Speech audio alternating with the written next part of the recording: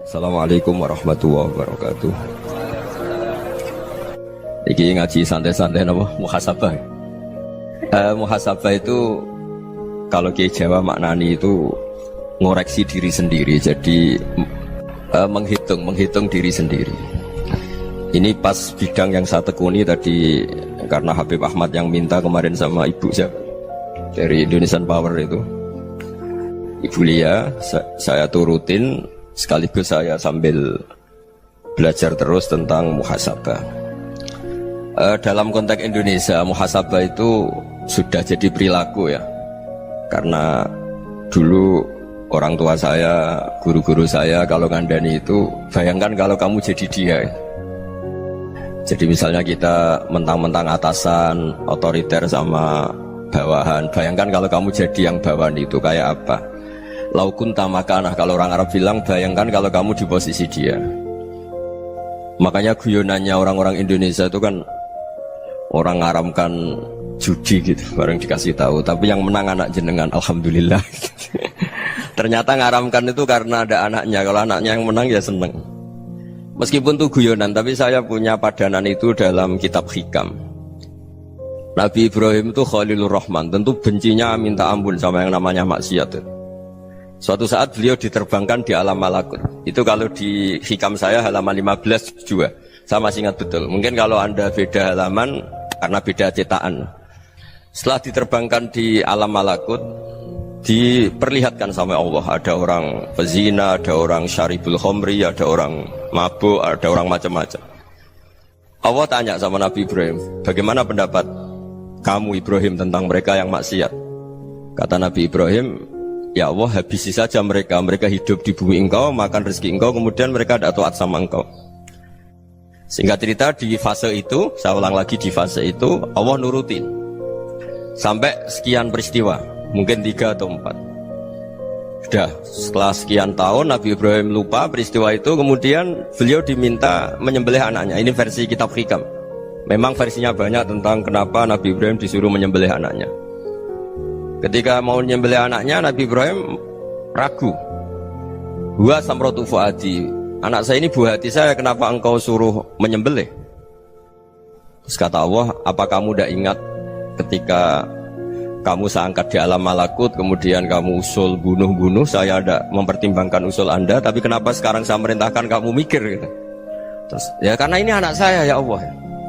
Terus kata Allah, rumang samu wong sing kon mateni gak gawean kau sing gawe kowe enak wae usul mateni. Sebenarnya saya yang bikin, kemudian Anda enak aja usul membunuh.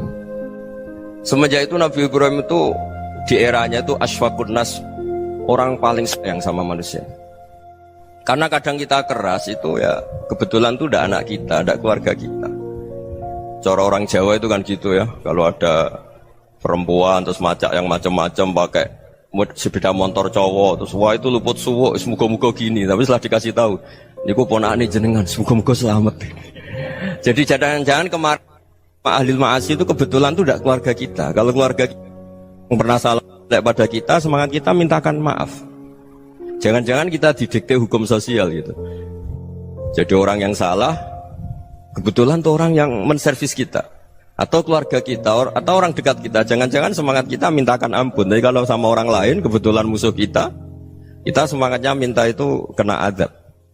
Nah ini yang nggak boleh dalam Islam. Islam mengajarkan niru Rasulullah SAW, Nabi itu rahmatal lil alamin. Bahkan kemarin saya ngaji virtual sama beberapa habaib, ada Habib Ali Al-Jufri dari Mesir, ya.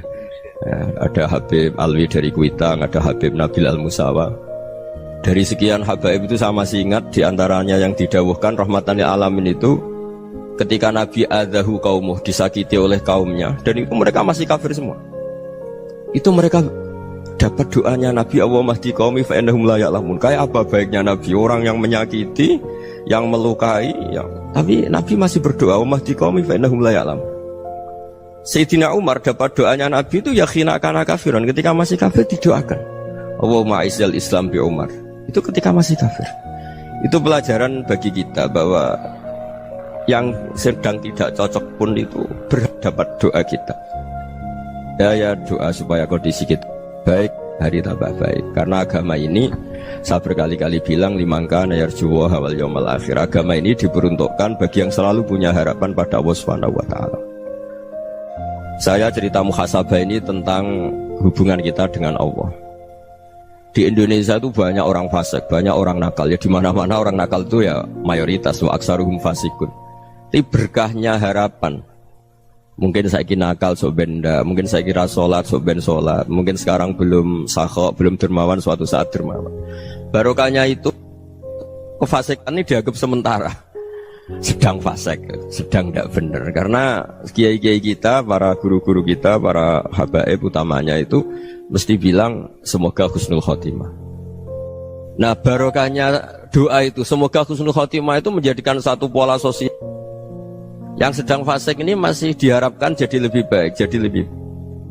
Sehingga kita tidak ngambil sikap ekstrim, yang ingin menghabisi atau ingin mengadili, tidak. Karena selalu kita punya harapan. Dan agama ini limangka nerjuwo hawal yawmal akhir. Bayangkan itu kalau yang nakal itu anak kamu. Pasti kamu gak ingin kan langsung dapat azab, dapat apa. Padahal kita semua jadi tokoh ini abul kulli, bapak dari semuanya. Sehingga ketika Rasulullah SAW jalan-jalan kemudian melihat perempuan sedang menyalakan api. Kalau apinya mati ditiup, anaknya dijauhkan. Nanti kalau sudah jauh dari api, anaknya digendong lagi. Terus kata Rasulullah, matur ke semua sahabat, Aro'aitum anna hadih tarihatan waladaha alan nar. Apa kamu berpendapat bahwa perempuan ini akan melemparkan anaknya ke neraka? Tidak ya Rasulullah. Tidak akan seorang ibu melemparkan anaknya ke api. Terus kata Rasulullah, Allahu arhamu min hadih biwaladiha. Allah lebih rahman, lebih rahim dibanding orang tua ini kepada anaknya. Ini yang harus kita kenalkan terus, kita kampanyakan terus, supaya orang hubungannya dengan Allah itu nyaman, asik.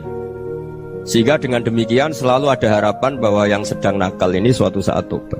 Kita tidak boleh menghukumi pasti begini, pasti gini, itu tidak wilayah kita. Itu juga yang dicontohkan Rasulullah SAW. Secara lahir Nabi itu nggak berkenan sama Wahsy, karena Wahsy itu salahnya salah fatal karena membunuh ahabban nasi ila Rasulillah, yaitu membunuh Sayyid Hamzah. Jadi ketika Wahsy tobat, Nabi itu terima tobatnya. Dan ketika beliau dengan basariyahnya nggak siap ketemu Wahsy karena harus ingat Sayyid Hamzah, basariyahnya diturutin. Oke, kamu iman saya turutin, tapi jangan sering ketemu saya. Karena kalau ketemu kamu saya masih ingat sama paman saya Sayyid Hamzah. Kita bisa ngelola seperti itu. Kita tidak cocok sama orang, bagaimanapun mereka umat Rasulullah SAW, kita tetap mencintai mereka. Misalnya kalau beda agama, mereka sama-sama orang Indonesia, kita mencintai mereka atas nama warga Indonesia. Tapi kalau misalnya potongannya ora cocok, beda kultur, bawaannya itu mangkel no coro Jawa, ya bisa diilmoni, jangan ketemu. Wong sudah tidak cocok, ingin ketemu nyari solusi. Roh ini tok seneng itu kan ya repot itu. Ya sudah kalau nggak pati cocok ya jangan sering ketemu. Dan itu kita bisa memanage seperti itu tuh bisa. Saya berkali-kali cerita tentang Imam Syafi'i. Kalau dikasih tahu ya Imam Abu Abdillah, panggilannya Imam Syafi'i, tetangga anda ini ternyata banyak yang nggak senang anda. Jawabnya beliau senang. Ya bagus kalau nggak senang saya, ndak utang saya katanya. Jadi gara-gara saman seneng aku ngatur aku ini kan. Dan mungkin saman rasa seneng kan ya enak. Jadi hidup itu dianggap happy. Kalau seneng ya teman silaturahim, kalau nggak seneng ya nggak bakal utang gitu. Baru kayak rasa seneng itu nggak ganggu. Gitu. Jadi dulu itu orang bisa ngelola seneng tidak seneng itu bisa.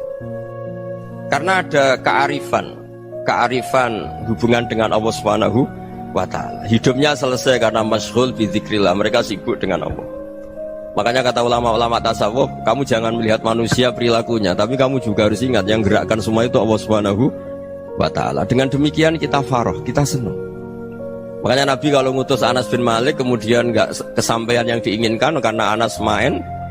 Ketika garwa-garwani Nabi agak tersinggung, Nabi andaikan Allah menghendaki yang saya inginkan kesampaian, pasti itu kesampaian. Jadi dianggap kegagalan Anas gak manggil yang dituju Nabi itu ya kersane Allah, ya enteng saja. Sayyidina Ali lebih parah lagi yang dialamin. Itu dalam beliau kalau dipanggil itu gak cepet-cepet ke sana. Ketika ditanya, kenapa kamu tak panggil gak cepet ke saya? Amin tu ukubatak, karena aku tahu engkau orang baik. Orang baik itu pemaaf.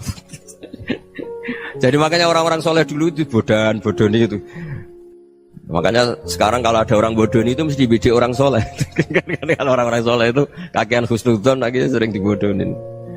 Abdullah bin Umar itu masyhur itu.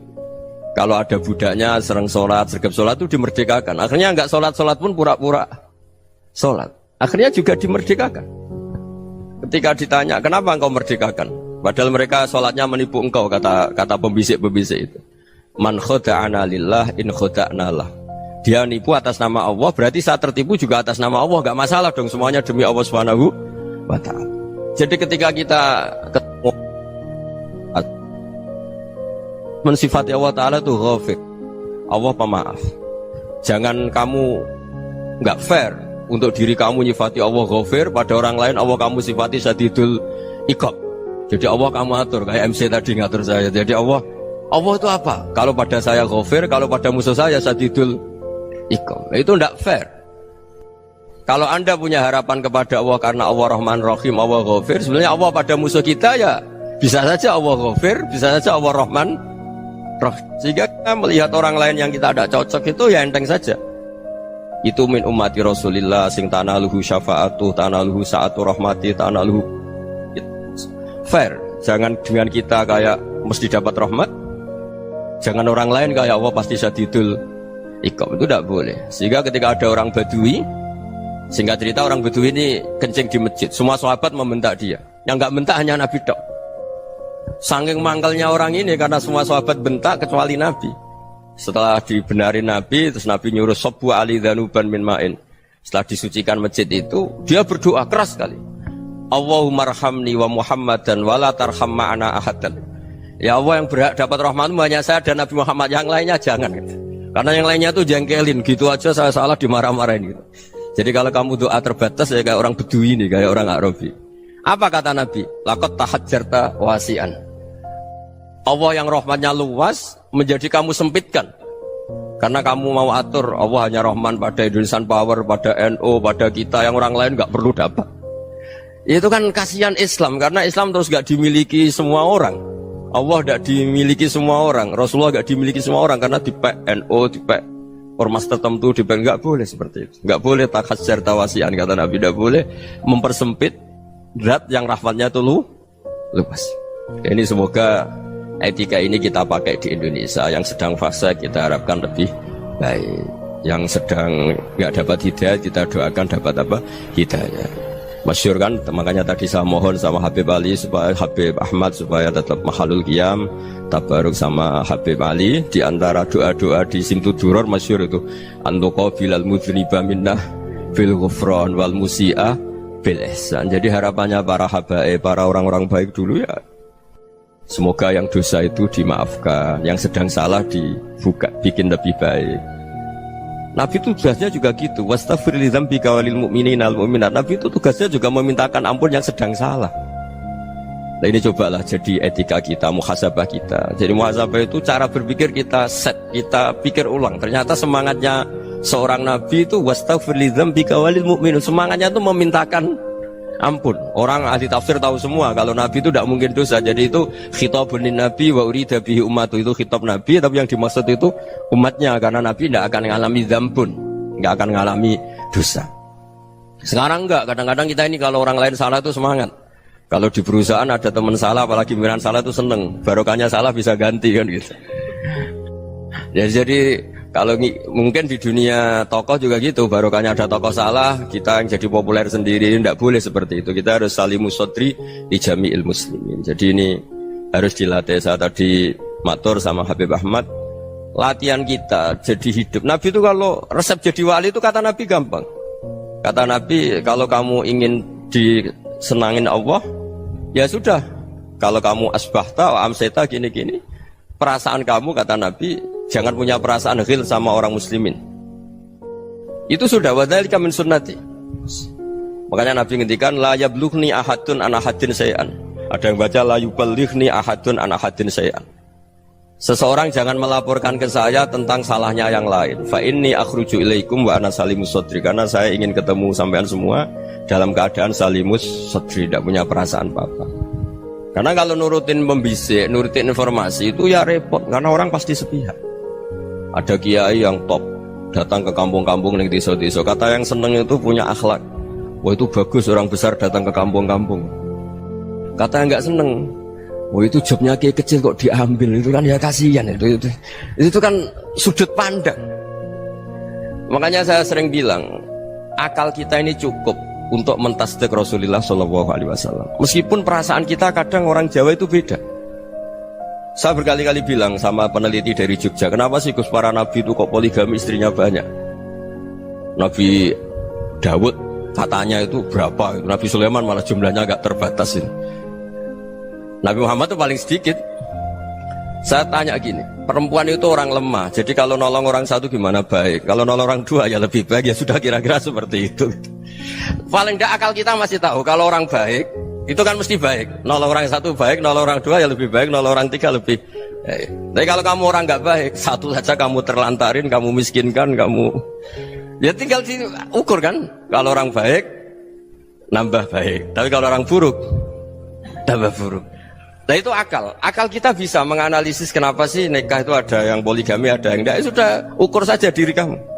Misalnya kayak saya elek keriting, rabi terus, memperbanyak wong elek, orang perilaku netok, raine dadi elek kabeh.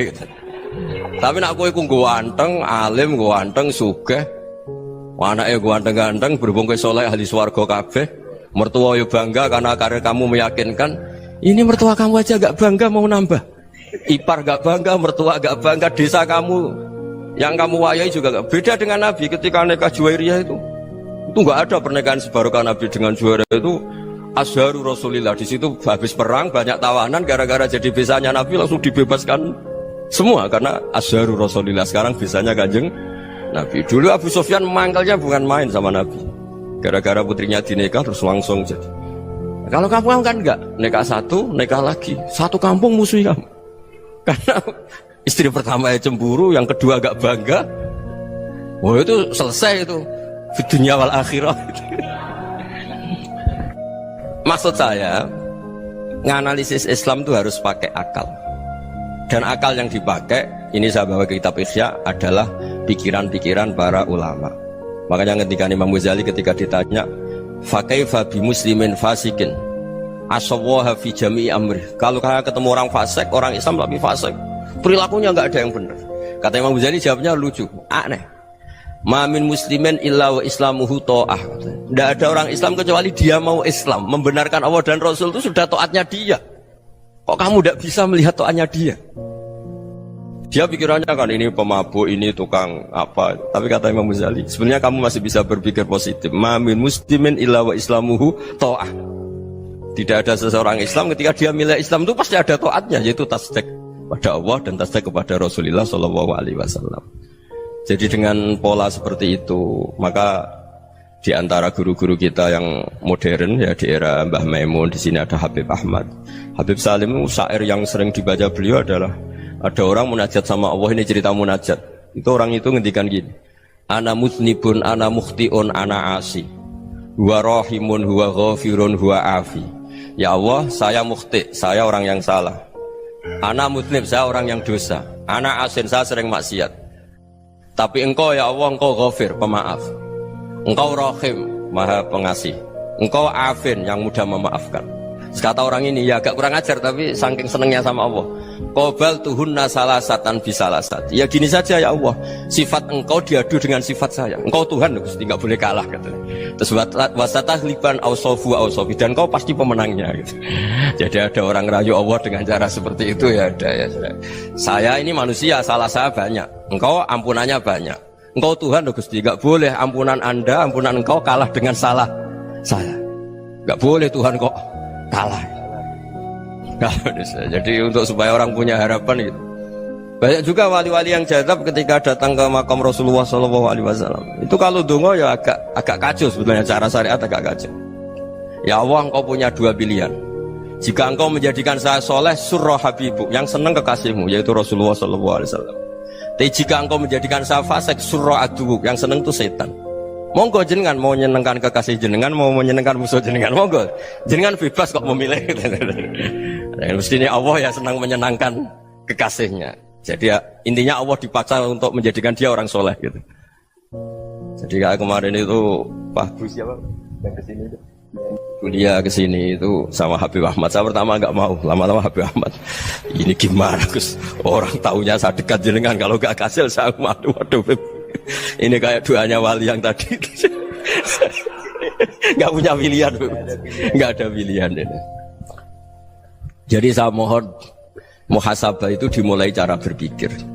Makanya di sini sebetulnya tag ini supaya dapat barokahnya Ihya. Ini kitab yang disenangi para habaib, para ulama.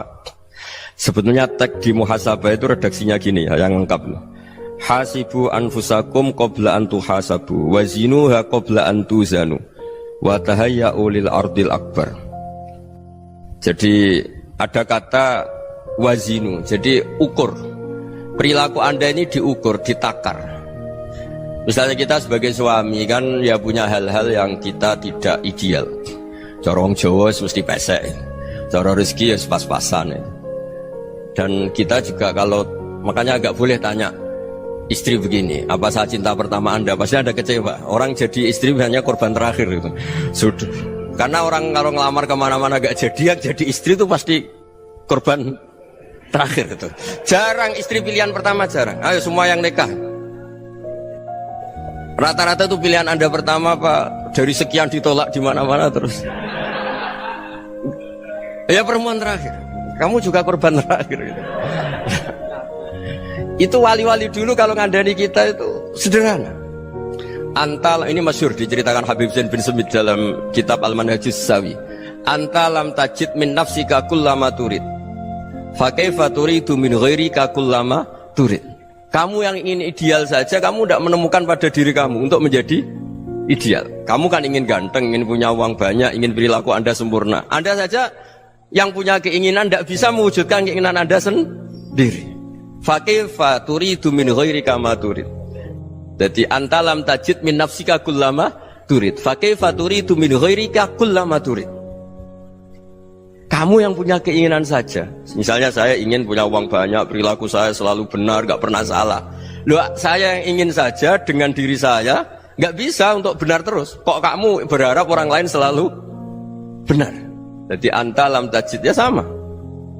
Kalau kamu menuntut istri kamu itu ramah, neriman, apa kamu neriman sama wajah istri Anda gitu? Engkau ya pola neng dindi jajaki sana jajaki sini, kamu sendiri tidak tahu apa. Jadi itu nasihat yang luar biasa. Antalam tajid min nafsika kullama turid, fa kaifa turidu min ghairika kullama turid. Kamu mau menghormati semua orang? Tidak mau kan? Kemudian Anda berharap semua orang menghormati kamu. Kamu tidak ingin kan orang lain semua menghujat kamu. Sementara kamu enak aja menghujat orang lain. Makanya Rasulullah SAW luar biasa ketika bikin kaidah sosial. Apa la yu'minu ahadukum hatta yuhibba li akhihi ma yuhibbu li nafsihi. Jadi kalau ukuran iman itu sederhana. Kalau sesuatu itu baik, nyaman bagi Anda ya bayangkan itu pada teman Anda. Misalnya Anda bangun tidur sudah acak-acakan, gak punya uang, utang jatuh tempo, kan gak ingin ketemu orang. Ya kamu jangan bertamu ke jenis ini, karena kalau dengan kamu yang alami juga gak siap ketemu orang. Makanya ada Habib Alim itu dilapuri sama seseorang. Beb, dulu teman saya itu ketika saya kaya itu sering main ke saya. Setelah saya miskin, mereka tidak main ke saya. Kata Habib itu bagus, sunnaul begitu itu bagus. Coba kalau kamu dulu kaya, teman kamu main kan kamu gaya. Di rumah ada makanan, bisa hormat tamu. Setelah kamu miskin jadi buruh manol di pasar atau buruh bikin boto, teman kamu datang, malu enggak kamu? Mendingan enggak datang gitu. Akhirnya baru, oh ya alhamdulillah kalau gitu. Loh iya kan dulu teman kita datang, kita ada Alphard, istri cantik, rumah bagus. Lah kita miskin, buruhnya orang pas dibentak-bentak, teman kamu udah datang. Milih datang kamu enggak kalau setelah kamu jatuh? Enggak kan? Jadi barokahnya ilmu itu terus. Ya, tapi kadang-kadang orang tuh, wah setelah saya miskin teman-teman enggak kasih ke sini. Ya kalau kamu sudah jatuh, teman-teman kamu situ jadi tontonan. Ya mulai sekarang cara berpikir itu dirubah. Dulu yang namanya kiai itu kalau diundang orang itu ya agak-agak senang. Semenjak saya itu agak rubah. Mengundang kiai, ngatur kiai itu tak haram-haramkan ya ada lumayan lah, sekarang itu sudah mulai agak beretika. Dulu itu ngundang tuh tanggalnya ditentukan, jamnya ditentukan, enggak mikir apa kiai saat itu nganggur, enggak. Punya wadifah, enggak. Dia milih tanggal yang dia nganggur, enggak mikir pas itu kiainya nganggur apa, enggak. Ya saya hanya cerita aja, kamu tersinggung ya monggo, boten nggih monggo itu kan. Jadi saya mohonlah supaya tadi saya juga matur ke Habib Ahmad. Jadi untuk orang merasa ikut sunnah Rasul itu gampang sekali kata Sayyid Muhammad. Dulu Nabi berpakaian ala daerahnya. Kalau mikot ya pakai mikotu baladi. Karena Nabi orang Madinah dan beliau berdomisili di Madinah, ya misalnya mikotnya dari Bir Ali misalnya. Tapi kalau anda orang kawasan Tanim mau umroh ya dari Tanim. Misalnya kawasan Jirona ya dari Jirona. Artinya apa?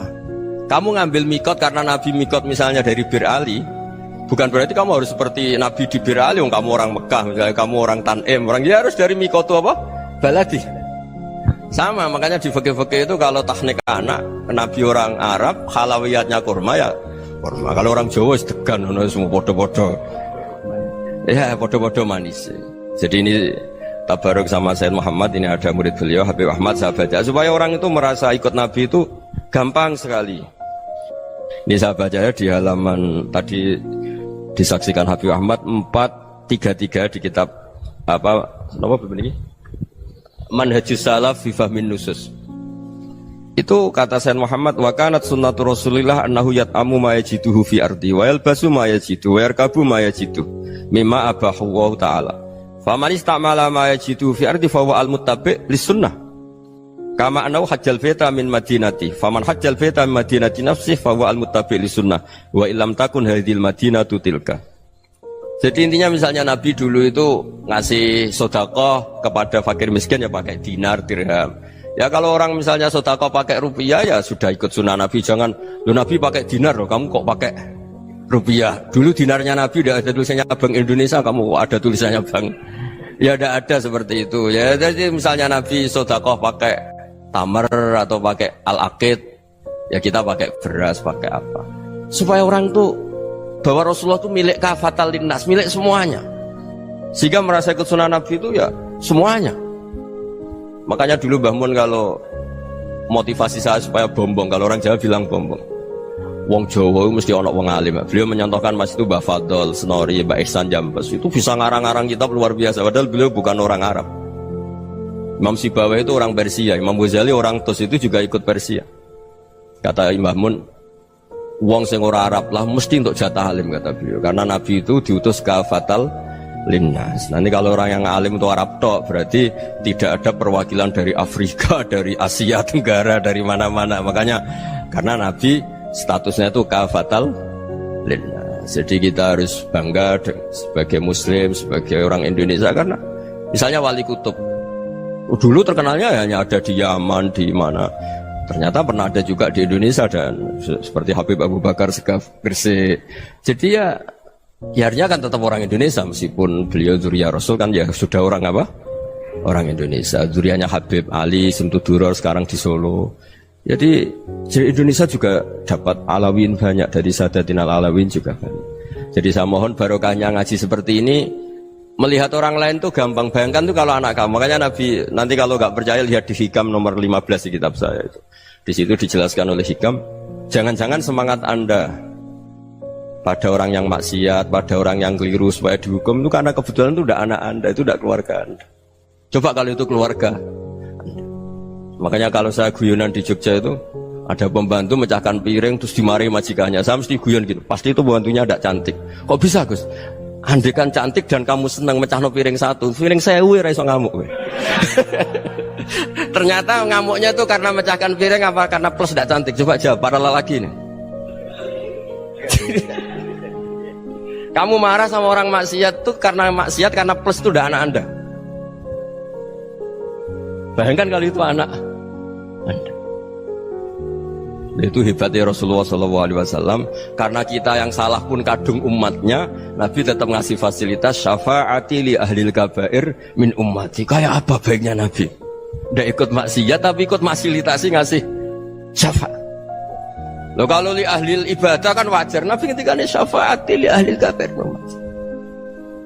Ya karena tadi logika yang dibangun Rasulullah itu logika yang luar biasa. Kita semangat orang lain kena hukuman itu karena kita tidak punya ra'fah, tidak punya rahmah. Coba kalau Rasulullah yang bil mukminina raufur Rahim. Semangatnya itu mendoakan supaya tobat, mendoakan diampuni. Dan itu juga yang diperintahkan oleh Allah Subhanahu wa taala, wastaghfir li dzambika walil mu'minina wal mu'minat. Ya semoga barokahnya ngaji ini, barokahnya Habib Ahmad, barokahnya Maulid Simtud Duror, barokahnya semua kitab madaih, tiba berjanji semuanya, barokahnya Ikhya, barokahnya Said Muhammad, barokahnya guru kita semua, Mbah Maimun, bapak saya. Kita ini ngikuti manhaj, ya, ngikuti apa? Manhaj. Saya sering didhawuhi Mbah Mun, kenapa ihdinas siratal mustaqim bukan siratoka, bukan jalan engkau ya Allah, karena Allah itu nggak bisa kamu tiru. Allah itu tidak tidur, tidak makan, tidak kesel, tidak capek. Yang bisa ditiru itu siratal ladzina an'amta alaihim. Yang bisa ditiru manusia ya niru manusia, karena Allah itu tidak bisa ditiru. Makanya ihdinas siratal mustaqim siratal ladzina. Dan niru siapa? Niru guru-guru kita. Termasuk niru cara pandang. Jadi misalnya ada orang awam di rumah itu hanya delok reng, delok tikus liwat, itu kan kayak nganggur. Kok ora tahajud malah mendelok reng. Melihatnya jangan gitu. Huwa tarokal ma'asiyah. Dia di rumahnya ndak dugem, ndak kemana-mana. Dia berarti malam itu tarkul ma'asi. Tidak nyopet, tidak garong, tidak ke tempat maksiat. Susahnya apa sih husnudzon? Jadi jangan lihat huwa tarkut tahajud, huwa tarokat tahajud, wa taroka qiyamal lail. Oke ya, namanya orang begitu ya tidak tahajud, tidak qiyamul lail. Tapi susahnya apa sih kamu bilang huwa tarokal ma'asiyah? Dia juga meninggalkan maksiat, dan tarkul maksiat itu tuh ibadah. Supaya orang tuh gampang lah husnudzon sama orang muslim. Ini orang mukmin, orang yang luar biasa. Di mata Allah itu orang yang luar biasa. Kayak tadi Imam Ghazali, kalau saya ketemu orang muslim kemudian dia tidak pernah baik, gimana? Kata Imam Ghazali, ma min muslimin illa wa islamuhu ta'ah. Tidak ada orang Islam ketika dia mentasdihkan Allah dan Rasulullah, berarti dia juga punya taat. Ya ini latihan saja, sing iso nglakoni Habib Ahmad kula namung cerita mawon. Kula cerita secara akademik, saya punya kitab, saya baca, dan alhamdulillah kita paham barokahnya para guru, dan supaya terbiasalah. Sebaik-baiknya ibadah husnudzon billah wa husnudzon bil mu'min. Soal tidak cocok ya diilmoni tadi ya, namanya nggak cocok ya jangan sering ketemu. Seperti Rasulullah SAW, beliau karena sangat mencintai Said Hamzah, ketemu orang yang pernah begitu sama Said Hamzah ya beliau secara basyariah tidak siap.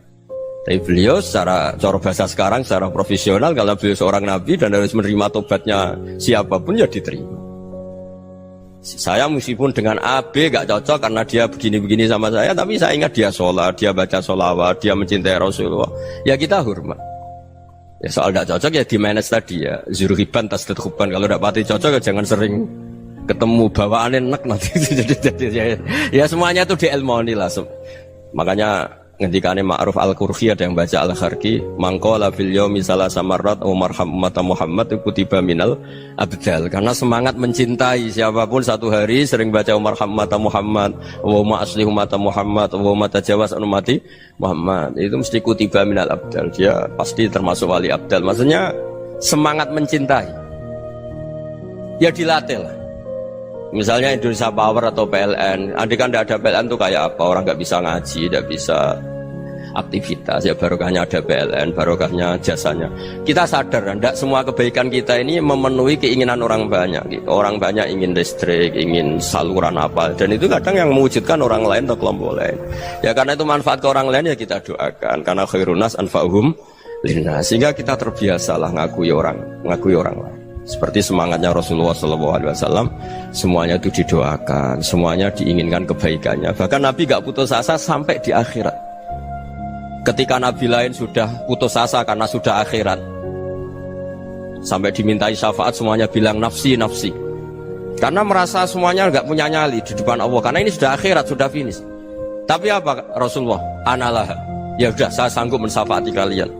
Terus kata Nabi, fa'atiyal arsya, saya mendatangi aras, fa'akhirru lahu sajidan, saya sujud, wa ahmaduhu bima hamida allamaniha rabbi. Kemudian saya tetap muji Allah dengan pujian yang terus menerus.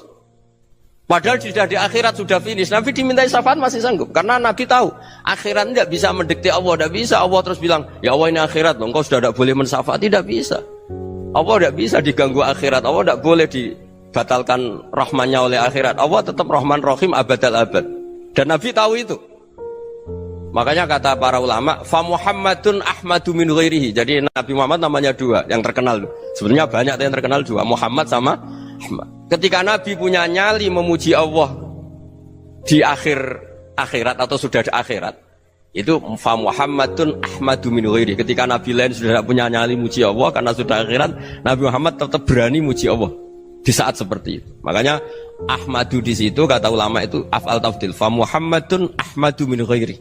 Kanjeng Nabi lebih memuji Allah di saat yang Nabi lain sudah tidak punya nyali untuk muji Allah di saat itu.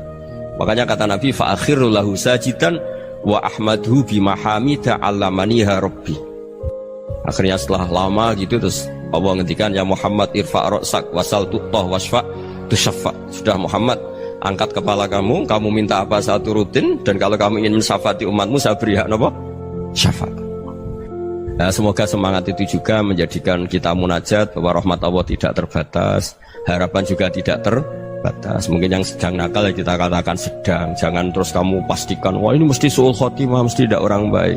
Ndak, agama ini liman kana yarjuwa wal yaumal akhir, selalu bagi yang punya harapan. Ya, mugi-mugi dapat barokah semua. Mantu dengan kata wassalamualaikum warahmatullahi wabarakatuh.